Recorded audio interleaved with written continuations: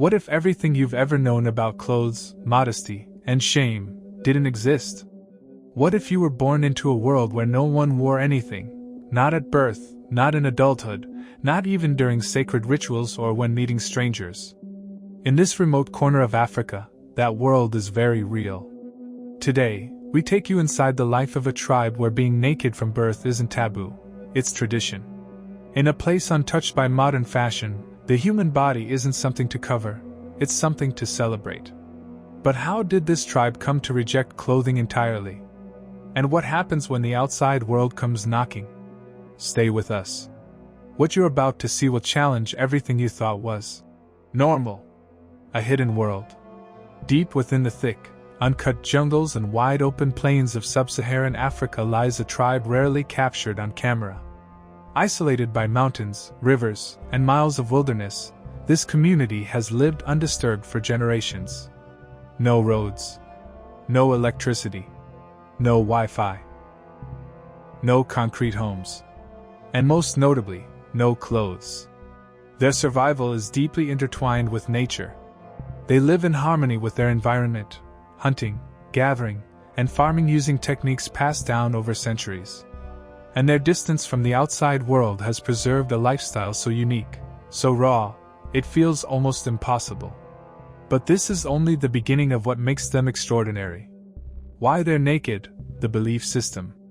To understand why this tribe doesn't wear clothes, we must dive into their beliefs. Here, the human body is not something shameful. It's sacred. They believe they were born with everything they need. Clothes are seen as a barrier between people and the earth, a rejection of what nature gave them. From birth, children are raised to understand that nudity is purity. Covering the body is believed to block energy, spirit, and connection to ancestors. For them, nudity represents openness, honesty, and balance. When everyone looks the same. Without hierarchy of brands, fashion, or wealth, the community feels more united. There's no shame. No judgment. Just natural living. But their view of clothing isn't just spiritual, it's practical too. In sweltering climates, being naked allows the body to breathe. In wet seasons, quick drying is key. And for rituals and ceremonies, painted bodies speak louder than any outfit. Imagine a place where painted symbols across the chest or arms mean more than a designer label. And yet, it gets even more fascinating. Daily life, naked and proud. So, how does daily life unfold in a village without clothes? Women walk gracefully with baskets balanced on their heads, bodies adorned only with beads, feathers, and paint. Children run freely, playing under the hot sun, their laughter echoing through trees. Men hunt with sharpened spears, muscles glistening, not for display, but for survival. Everyone, from the elderly to newborns, is comfortable in their skin. There is no embarrassment, no teasing, no sexual overtones, no hidden gazes. Just people, living. Bathing happens communally in rivers. Cooking is done together, often squatting around open fires. Nights are spent dancing, storytelling, and singing under the stars. When there are festivals, their bodies become their canvas. Bright colors, chalks, and natural dyes are painted across arms, faces, and torsos. Each symbol tells a story, of age, status, love, or spirituality. Their clothing is living art.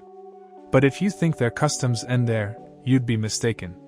Rites of passage, love, sex, and marriage. One of the most misunderstood parts of tribal life is how they approach relationships. In this tribe, love and sex are not taboo, they're sacred. Young men and women go through intense initiation ceremonies when they come of age. These rituals, often done in full nudity, symbolize growth, readiness, and spiritual alignment. There are no veils. No tuxedos. No white dresses. Marriages are announced through dances, communal blessings, and the gifting of food. Physical intimacy is not hidden or shamed. It's respected. It's public, but not perverse. In some cases, ceremonial unions involve the entire community coming together to witness and honor the act of love, viewed as a rite of connection, not just between two people, but with the ancestors. And while this may sound shocking to outsiders, within the tribe, it's considered deeply beautiful. But not everything remains untouched forever. When outsiders arrive, the cultural clash. Outsiders who stumble upon or visit this tribe often face something they didn't expect: discomfort. Not because the tribe is hostile, but because our modern mindset is. Tourists avert their eyes. Journalists stammer. Some even laugh nervously. And yet the tribe stands proud. Confused by the confusion. They cover their bodies, one elder once said, but not their hearts. To the tribe, it is we who are strange. They believe we fear our own skin, while worshipping artificial things. Our obsession with covering up seems silly to them. And in many ways, it's the visitors who feel exposed. But what can we learn from them?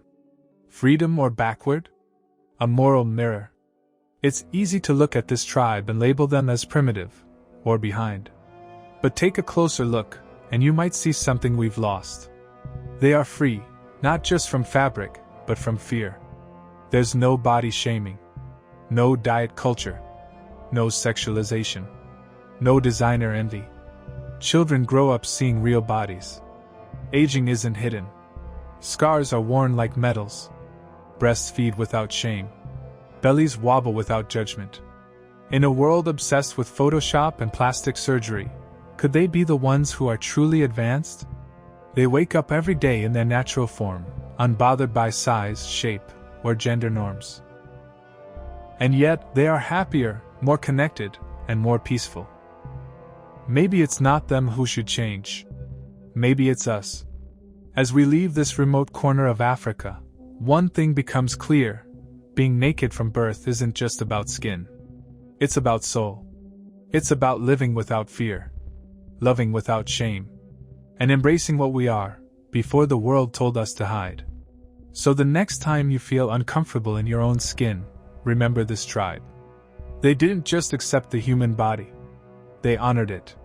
From an early age, children in these remote African tribes are raised with a deep respect for nature, tradition, and community. Nudity, in this context, is not about exposure, it's about expression, freedom, and identity. It reflects a way of life that has remained largely untouched by outside influence. Clothing is often reserved for special ceremonies or when traveling outside the community, but within the tribe, the human body is simply seen as natural.